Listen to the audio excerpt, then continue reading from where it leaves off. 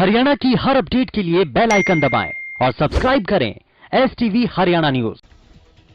प्रदेश में कोरोना की रफ्तार थमने का नाम नहीं ले रही है। प्रदेश में कोरोना के आंकड़े 1 लाख के पार पहुंच चुके हैं। वहीं पिछले 24 घंटे में 2694 नए मामलों की पुष्टि की गई है। गुरुग्राम में 421 नए मामले सामने आए हैं, तो वहीं फरीदाबाद में 292 नए कोरोना के मरीजों की पुष्टि की गई है। कुरुक्षेत्र में कोरोना के 234 नए मामले सामने आए, जबकि करनाल में 197 नए मामले सामने आए हैं। वहीं बात करें अंबाला की, तो अंबाला में 192 कोरोना के नए मामले सामने आए हैं, जबकि रोहतक में 178 कोरोना के नए मामले सामने आए हैं। पंचकुला में 140 कोरोना के नए मामले सामने आए हैं। वहीं एक मरीज की मौत का भी मामला सामने आया है।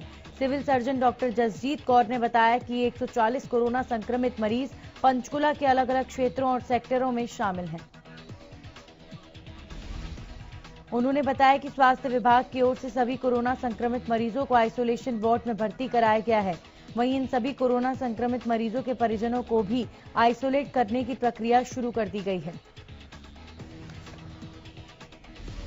मुख्यमंत्री मनोहर लाल ने बुधवार को कैबिनेट मंत्रियों के साथ अपने आवास पर बैठक की। इस बैठक में डिप्टी सीएम दुष्यंत चौटाला, गृह मंत्री अनिल विज, परिवहन मंत्री मूलचंद शर्मा, कृषि मंत्री जेपी दलाल, खेल राज्य मंत्री संदीप सिंह और महिला बाल विकास राज्य मंत्री कमलेश ढांडा भी मौजूद रहे। पूर्व सीएम भूपेंद्र हुड्डा खरौंडा की नई अनाज मंडी में पहुंचे। इस मौके पर हुड्डा ने आड़ती, किसान और मजदूरों से बातचीत की। हुड्डा ने मंडी में बिक्री के लिए आई किसान की धान की ढेरियों का जायजा लेते हुए किसानों से बातचीत की।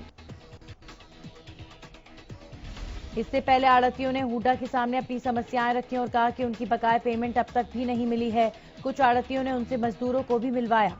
इसके बाद हुड्डा ने पत्रकारों से बातचीत करते हुए कहा कि वर्तमान बीजेपी सरकार एक विफल सरकार है। इनकी कोई पॉलिसी ही नहीं है। जो पॉलिसी लेकर आए हैं वे पॉलिसी किसान विरोधी, जन विरोधी है, जो किसी के हित में नहीं है। हुड्डा ने कहा कि हरियाणा और पंजाब के मंडी सिस्टम ने ही किसान और आड़तियों को बचा रखा है। उन्होंने कहा कि इस समय किसानों को धान की फसल पर MSP भी नहीं मिल रहा। पूर्व सीएम भूपेंद्र हुड्डा ने कहा कि किसान, व्यापारी और मजदूर सब बर्बादी के कगार पर पहुंच चुके हैं।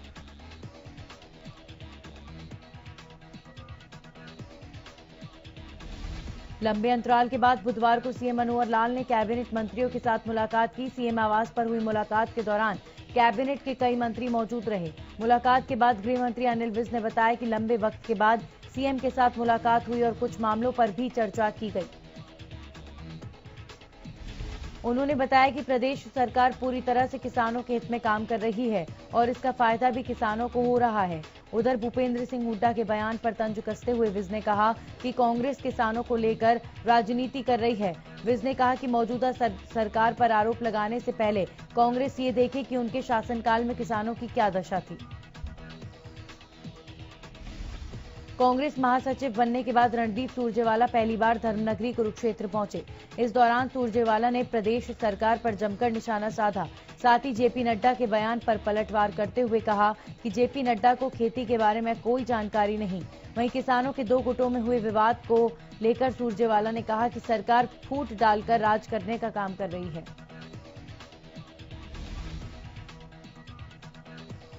नीलोखेड़ी खंड विकास और पंचायत अधिकारी जगबीर दलाल के कार्यालय में बिजली सतर्कता विभाग की ओर से छापेमारी की गई।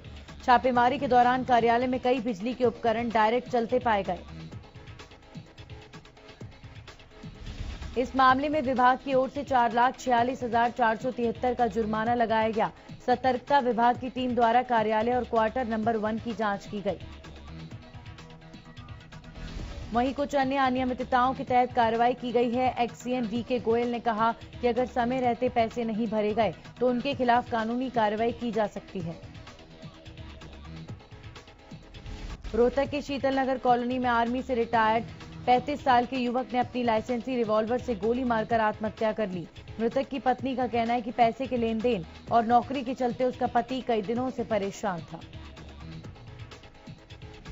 फिलहाल पुलिस शव को पोस्टमार्टम के लिए रोहतक PGI भेजा। पुलिस का कहना है कि मौके से एक सुसाइड नोट भी मिला है, लेकिन उसमें आत्महत्या के वास्तविक कारणों का कोई जिक्र नहीं।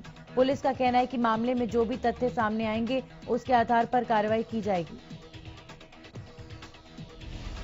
करनाल नेशनल हाईवे पर एक चलती कार में अचानक आग लग गई। घटना आरटीआई चौक के पास की है, जहां पर लुधियाना से दिल्ली जा रही कार में आग लगी। बताया जा रहा है कि कार में एक ही परिवार के 4 लोग सवार थे। राहत की बात यह रही कि वक्त रहते कार सवार सभी लोग कार से बाहर निकले, जिससे कोई मानवीय क्षति नहीं हुई। कार सवार लोगों का कहना है कि उनकी गाड़ी से अचानक धुआं निकलने लगा, जिसकी जानकारी राहगीर ने उन्हें दी। कार चालक ने जब गाड़ी को रोका, आगे आग पूरी तरह से फैल चुकी थी, जिसके बाद चालक और सवारी तुरंत कार से बाहर निकले।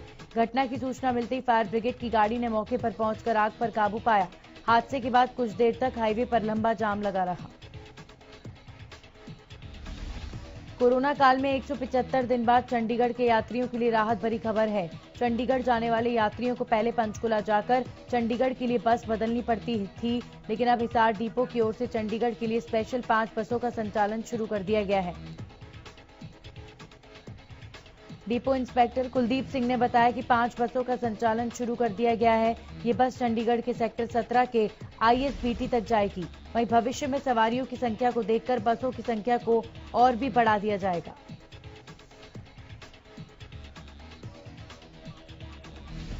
डिपो इंस्पेक्टर ने बताया कि चंडीगढ़ जाने वाले यात्रियों को सैनिटाइज किया जाता है। वहीं चंडीगढ़ जाने वाली बस में सफर करने के लिए यात्री ऑनलाइन टिकट बुक करवा सकते हैं या बस स्टैंड पर भी तुरंत टिकट लेकर सफर कर सकते हैं। वहीं करीब 5 महीने के बाद चंडीगढ़ की बस शुरू होने से यात्री भी काफी खुश नजर आए। उन्होंने बताया कि कोरोना काल के समय चंडीगढ़ जाने के लिए अलग अलग बस में सफर करना पड़ता था, जिसमें ज्यादा समय लगता था। वहीं अब हिसार से चंडीगढ़ की बस सेवा शुरू होने से कम समय में चंडीगढ़ पहुंचा जा सकता है। रतिया में कोरोना महामारी के दौरान जहां कोरोना मरीजों की संख्या दिनों दिन बढ़ती जा रही है, वहीं अब प्रशासन भी पूरी तरह मुस्तैद हो चुका है। रतिया में ट्रैफिक पुलिस ने बिना मास्क के आने जाने वाले वाहन चालकों की बड़ी संख्या में चालान काटने शुरू कर दिए हैं। ट्रैफिक पुलिस ने कई ऐसे वाहन चालकों के चालान किए जिन्होंने मास्क नहीं लगाया था। ट्रैफिक इंचार्ज ने बताया कि अभियान लगातार जारी रहेगा। उन्होंने कहा कि कोरोना को लेकर लोग अनजान हैं और उन्हें समय समय पर जागरूक भी किया जा रहा है। बावजूद इसके लोग मास्क नहीं लगा रहे हैं, जिसको लेकर यह अभियान चलाया जा रहा है। होटल में दिन दहाड़े 10 से 12 बदमाशों ने पवन नाम के युवक पर फायरिंग की। युवक ने एक घर में घुसकर अपनी जान बचाई। सभी बदमाशों के पास हथियार और डंडे थे। पुरानी रंजिश के चलते बदमाशों ने युवक की हत्या करने की योजना बनाई थी, जिसमें वो असफल रहा। बदमाशों की ओर से की गई फायरिंग सीसीटीवी में कैद हो गई। मौके पर पहुंची पुलिस सीसीटीवी की मदद से बदमाशों की तलाश कर रही है।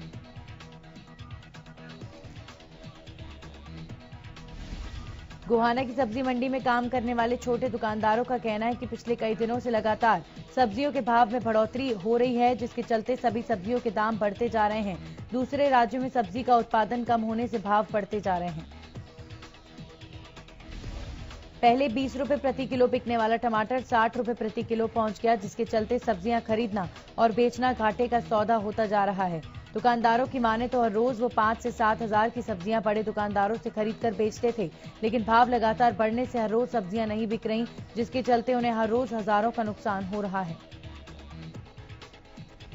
फतेहाबाद के मॉडल टाउन में प्रशासन की ओर से रेहड़ी वालों को हटा दिया गया, जिसके बाद रेहड़ी चालक अपनी समस्याओं को लेकर डीसी दफ्तर पहुंचे। रेहड़ी चालकों ने प्रशासन से गुहार लगाते हुए कहा कि उन्हें उनके रोजगार के लिए कोई जगह मुहैया कराई जाए जहां वो अपनी रेहड़ी लगा सकें। वहीं इस मामले में डीसी ने एसडीएम से संज्ञान लेने के आदेश जारी किए हैं।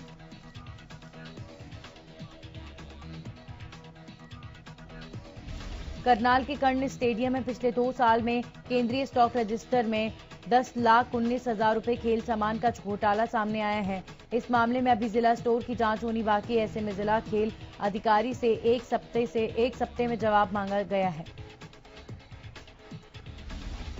कम दिखाए गए सामान को लेकर जिला खेल अधिकारी को निर्देश दिए गए हैं। जिला खेल विभाग अपनी पुरानी खामियों को दबाए बैठा है, ताकि किसी भी बाहरी व्यक्ति को खेल सामान के घोटाले का पता न चले। खिलाड़ियों के खेल सामान को लेकर बड़ी गड़बड़ी पाया जाना जिला खेल विभाग की बड़ी लापरवाही है।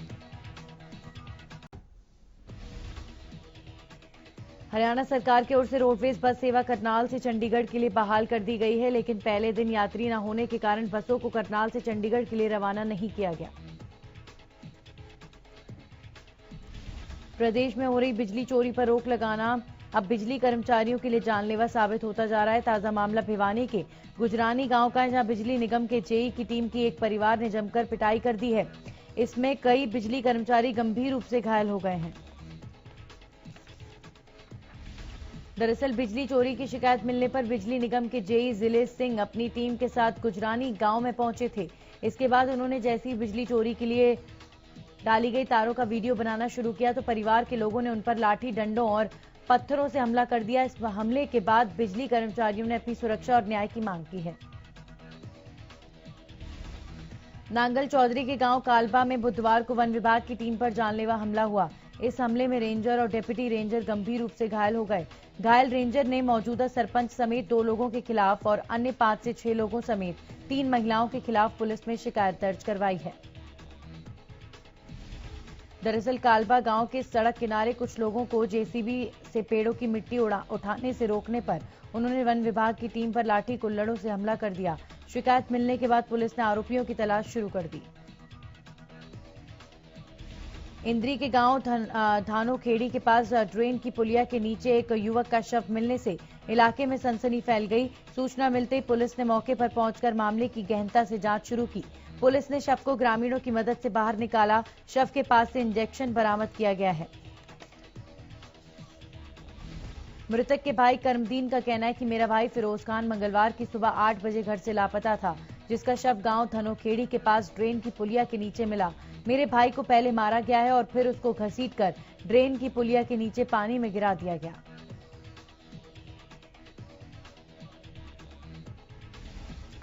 टोहाना में 15 साल की नाबालिग से छेड़छाड़ का मामला सामने आया, जिसको लेकर पीड़िता ने गृह मंत्री और महिला आयोग को पत्र लिखकर न्याय की गुहार लगाई है। पीड़िता ने पत्र में लिखा है कि 18 अगस्त को कुछ लड़के जबरदस्ती उसके घर में घुस गए। वहीं एक लड़के ने उसके साथ छेड़छाड़ की, लेकिन दादी के आते ही आरोपी मौके से फरार हो गए।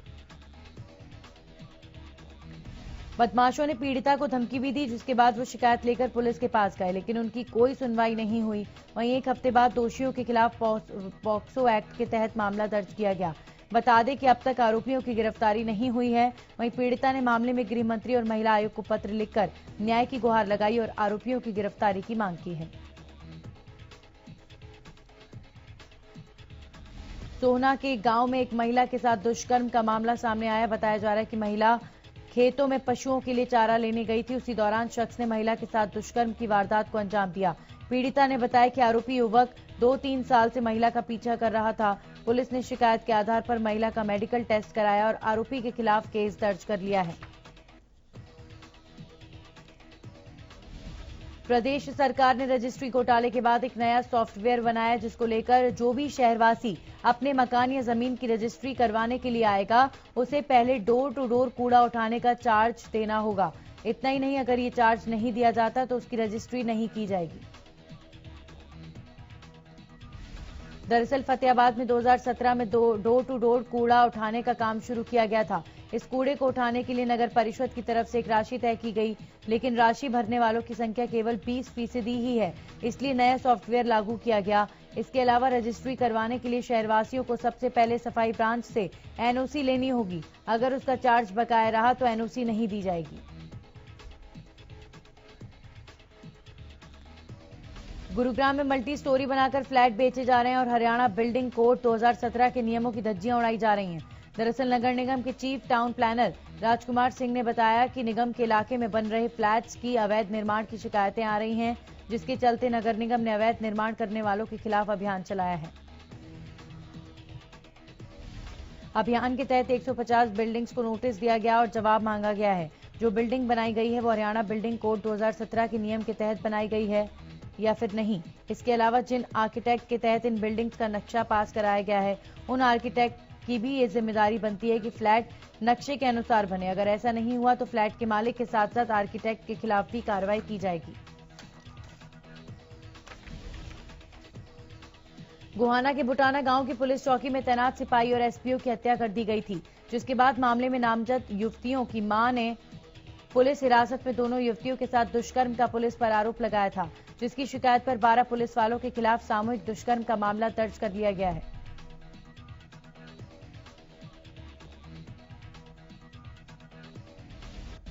वहीं इस मामले में पुलिस दोनों युवतियों को जांच के लिए करनाल जेल से प्रोटेक्शन वारंट पर गोहाना लेकर पहुंची, जहां दोनों युवतियों का कोरोना टेस्ट के बाद मेडिकल टेस्ट करवाया गया, लेकिन मेडिकल रिपोर्ट में दुष्कर्म की पुष्टि नहीं हुई, जिसके बाद कोर्ट में पेश कर दोनों युवतियों को दोबारा जेल भेज दिया गया।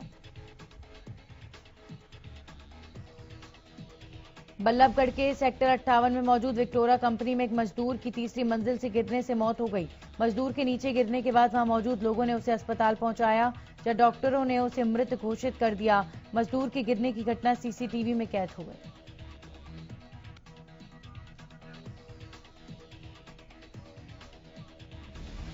मृतक के भाई का कहना है कि सीसीटीवी में देखने पर उन्हें पता चल रहा है कि किसी ने उनको ऊपर से धक्का देकर गिराया है। परिजनों ने हत्या का शक जताते हुए जांच की मांग की है। पुलिस ने धारा 174 के तहत मामला दर्ज किया। पुलिस का कहना है कि मामले की जांच की जा रही है। हांसी के जींद रोड पर रफ्तार का कहर देखने को मिला, जहां हरियाणा रोडवेज की बस ने दो बाइकों को टक्कर मार दी। हादसे में दो युवकों की मौत हो गई, जबकि एक युवक गंभीर रूप से घायल हो गया, जिसे उपचार के लिए सामान्य अस्पताल में भर्ती कराया गया है। सूचना पाकर मौके पर पहुंची पुलिस ने मामला दर्ज कर आगे की कार्रवाई शुरू कर दी है।